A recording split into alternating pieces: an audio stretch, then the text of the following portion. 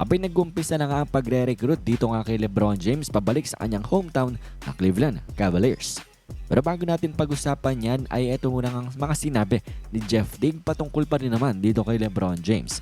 Nang dahil sila nga ay nag-react dito nga sa sinabi ni Ron Harper patungkol nga dito kay LeBron. And well, kung hindi nyo pa nga alam ang nangyari, abay idinawit kasi sinama ni Ron Harper ang pangalan ni LeBron James. Hindi ito sa magandang paraan. Kumbaga parang dinisrespect niya nga si LeBron at sinabi na hindi daw siya kagaya ni LeBron na dinidiktahan ang mga gusto ng anak niya sa buhay nila. Pakinggan natin ang video clip na ito na nag-viral. Was this a vision you had? All-star like I'm this? not LeBron James. I'm not going to tell my kids what they have to do. I just want my kids to play and enjoy the game and whatever they can. At patapos nga niya na ito nga si Jeff Teague napanood din ang video at sila nga sa kanilang podcast ay nag-react kung saan ipinagtanggol niya nga itong si LeBron. Pakinggan natin itong mga sinabi ni Jeff Teague. Like, Pops, what we doing? Now I gotta deal with this, bro. But he act like Bronny and them didn't want to hoop. If any, I'm protecting LeBron today. Fuck that. I know everybody always be, I done fouled him and did all type of shit. But he's the last nigga who kids got to do anything. That's a fact. Ron Yeah. Harper, no disrespect. Your kids probably had to hoop, nigga. Yeah. Yeah, like you, I don't know your money situation. I don't know what you did in life. But I'm pretty sure you ain't living like LeBron. So halos nga lahat nga ng mga nakapanood na fans ay nasa side ni LeBron James at pati nga rin itong NBA player na si Jeff Teague pati na rin ang ilan sa mga TV analysts abay this time ay nasa side nga sila ni LeBron James at pinagtanggol mula nga sa very disrespectful na comment ni Ron Harper. Anyways, ngayon ay pag-usapan na nga natin ang pag-uumpisa ng pagre-recruit dito nga kay LeBron James pabalik sa anyang hometown na Cleveland Cavaliers.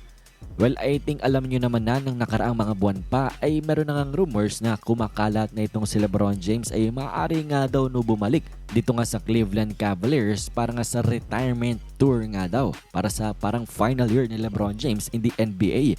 Babalik siya sa kanyang original home at sa kanyang pinagmulan dito sa NBA. Kumbaga parang magiging perfect ending sa NBA career ni LeBron James na tapusin ang kanyang napakahabat grabing NBA career sa kung saan siya nga nag-umpisa.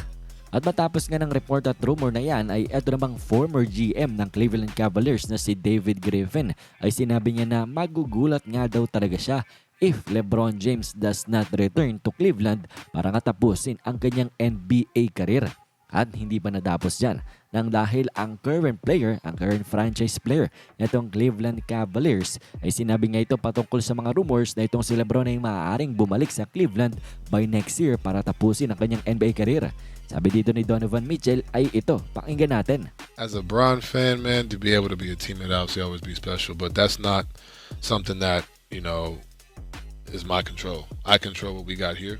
And then samahan pa nga yan ang Twitter page na itong ang Cleveland Cavaliers ay pinost. Ito ang litrato ni Donovan Mitchell with LeBron James na para ba nga daw na pangre-recruit na itong ang team ng Cleveland Cavaliers dito kay LeBron James. At ang mga komento dyan ng mga fans ay mga litrato na itong ni LeBron James na nasa Cleveland Cavaliers jersey pa nga siya.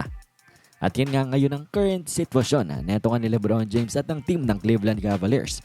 May rumor na lumalabas tapos yung former GM nila ay nagpaiwatig na rin tapos ito rin si Donovan Mitchell ay gusto rin maging kakampi. Ito nga si LeBron. And it's very obvious nga daw na ito ay pamamaraan ng simpleng pagre-recruit na itong team ng Cleveland Cavaliers kay LeBron James na siya'y bumalik dito nga sa kanyang hometown hindi lamang para tapusin ang kanyang NBA career kung hindi para mag-compete for a title.